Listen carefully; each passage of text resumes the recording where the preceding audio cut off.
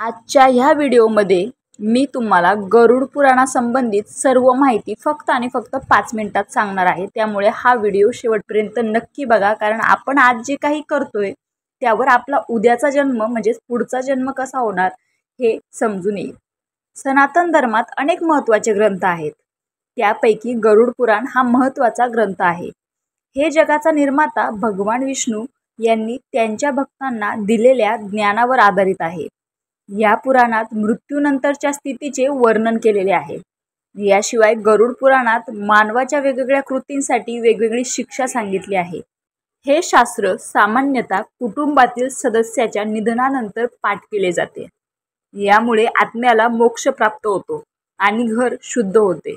आज आपण गरुड पुराणाविषयी सविस्तर माहिती जाणून घेऊया। गरुड पुराण कधी आणि का वाचावे? शास्त्रानुसार घरातील सदस्यांच्या मृत्यूनंतर गरुड पुराणाचे पठण करावे। त्यामुळे मरण पावलेल्या व्यक्तीच्या आत्म्यासाठी गरुड पुराणाचे पठण केले जाते। मृत व्यक्तीचा आत्मा 13 दिवस घरात असतो, म्हणून गरुड पुराणाचे पठण केल्याने मोक्ष प्राप्ती होते। गरुड पुराणाचे वाचण्याचे नियम। गरुड पुराण एक रहस्यमय ग्रंथ आहे। पाठ करण्यापूर्वी अनेक गोष्टी लक्षात ठेवा। याबाबत अनेक गैरसमज आहेत। आम्ही तुम्हाला सांगतो की या ग्रंथाचे पठण मृत्यूनंतर केले जाते, त्यामुळे ते घरी ठेवणे योग्य नाही। माणसाने गरुड पुराणाचे पठण पूर्ण शुद्ध मनाने करावे। याशिवाय गरुड पुराणाचे पठण स्वच्छ ठिकाणीच करावे। पण कोणी व्यक्ती घरात मेल्याशिवाय आपण गरुड पुराण वाचू शकत नाही, ही महत्त्वाची टीप लक्षात ठेवा। तसं जर तुम्हाला करायचं असेल तर तुम्ही एका चांगल्या तज्ञ व्यक्तीला विचारून ह्या गोष्टी करू शकता। गरुड पुराणाचे महत्त्व। गरुड पुराण हे 18 महापुराणांपैकी एक आहे। या ग्रंथात एकूण 19,000 श्लोक असून त्यापैकी 7,000 श्लोक मानवी जीवनाशी संबंधित आहे। त्यात नरक, स्वर्ग, रहस्य, नीती, धर्म आणि ज्ञान यांचा उल्लेख आहे।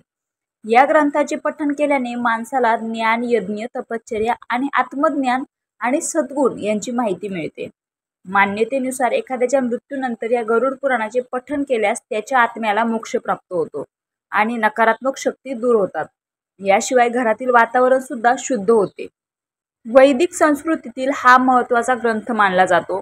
या ग्रंथात माणसाने मनुष्य योनीत केलेल्या प्रत्येक पापाबद्दल त्याला होणाऱ्या शिक्षेचे वर्णन आहे।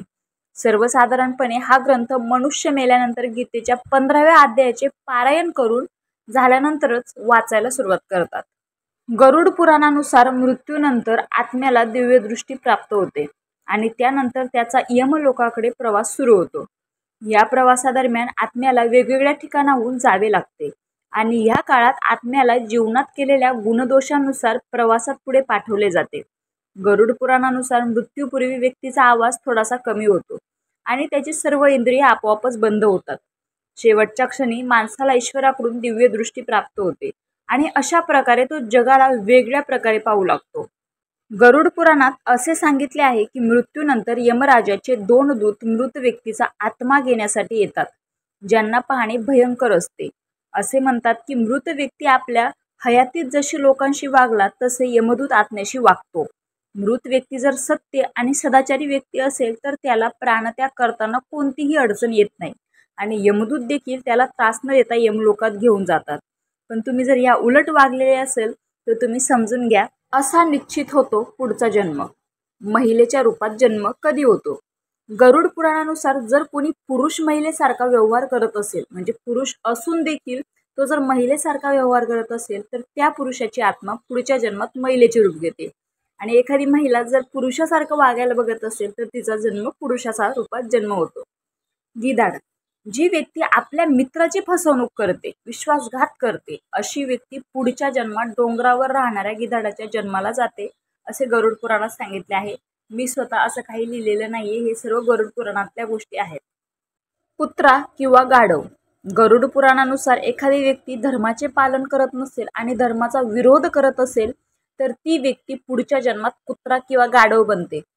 निदान दुसऱ्याच्या धर्माचा नाही पण स्वतःच्या धर्माचा तुम्ही अपमान कधीच करायचा नाही।